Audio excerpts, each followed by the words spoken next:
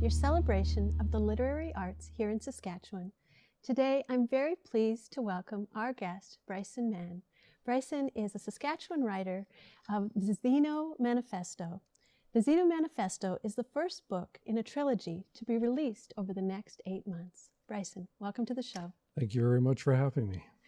So let's just start with your writing. Why was it that you wanted to take this path and put together and write a book? The best way I could explain that is that I have a very strong kinship with the main character in my trilogy. And to me, it was almost as if that memory was embedded in my own brain. And it just came to a point where it was time to put it on paper and share it and let the reader judge the plausibility and the credibility of the tale I have to tell. And when you started writing, did you know right away that this would be a trilogy? No, I didn't. As the words just flow out, the story continued, and I found myself having to break it down into a trilogy just to make it a readable, marketable product. And so I haven't finished the book, but I have started it. And I find that it's easy to jump in right away. You've got dialogue, you've got vivid images, and it really draws the reader in. What made you make those choices to put this together? When I was younger, I used to be an avid reader, but I found that I couldn't find too much that would contain my interest in maybe the last 10, 15 years, but maybe I didn't look that hard and busy with life. So when I wrote this, I basically was my own harshest critic. I wanted to create a product, tell a story my own way, in my own words, in a manner that would interest me as a reader in order for me to really have it well received at the other end.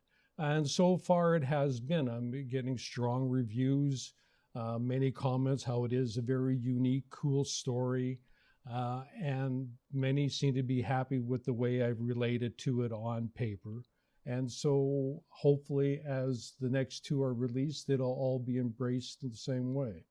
So when you think about the story, give us a little bit of just tell us about the story. It's a complicated story. It has just so many twists and turns throughout all three of the books. They always end with cliffhanger endings. It is a modern day tale. And really how I suggest to people about the book, it's a story that may change the face of how people perceive reality. It is something that is embedded with fact and, let's say, the word fiction.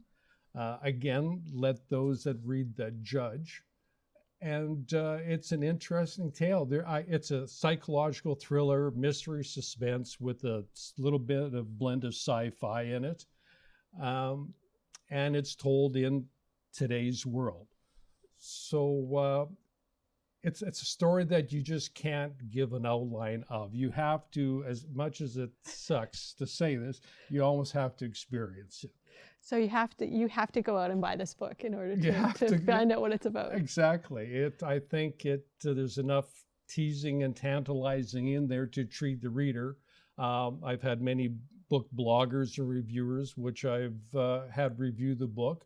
And they all have said the same thing. They were immediately drawn into it. They found it to be fast-paced and interesting. The first one, because being the first of the trilogy, there is a lot more character development background you have to go into. But the next two basically are fast-paced tales. The second book, Reclamation, there's two very dedicated, intent women who have become involved.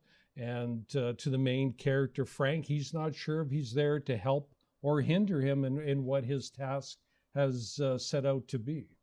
And so you started off by telling me that you have a really strong connection to Frank. So can you tell us a little bit about your main character? All I can really say is there's a lot of me in, I guess I'll say, the two main male characters. And a lot of their experiences are my own experiences. A lot of times people don't agree with the statement, but I do fully agree with it myself. You write what you know. And that's exactly what I did with this trilogy. And I found it to be a very personal thing. I've never written before. I never had an inclination to write before until this all came to light for me 2 years ago. And it was almost, in a sense, a cleansing experience, if that is a worthwhile description. Well, we all use writing as a different way to experience life and to really explore ourselves and our own experiences. So it does make a lot of sense. It was, in a sense, almost like going to confession.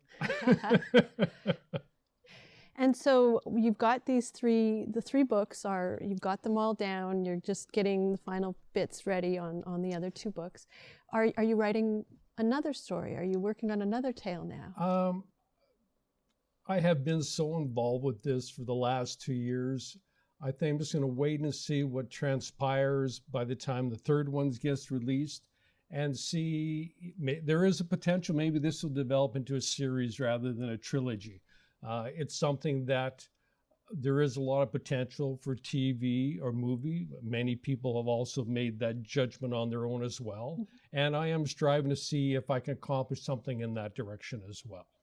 And so when you think about when you were reading a lot, is there anything that you read that inspired you to take that journey down the direction that you did go? Not at all, No. actually. No, it was such a large gap. I've worked in a variety of fields, in a variety of places, doing a variety of things, much like the character in the book. So it's a balance between reality and fiction throughout this narrative.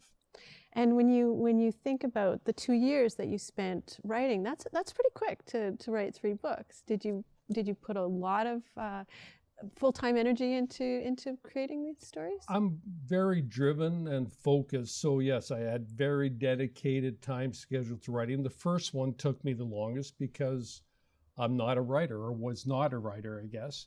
And to understand the grammatical aspect of it and reteaching myself, in a sense, sentence and paragraph structure, took me a long time. For that aspect of the story itself didn't take long. The next 2 books, I wrapped them out in 2 months each. Wow. So That's quick. So since you're not going to tell us very much about the story, why don't you tell us where we can get it?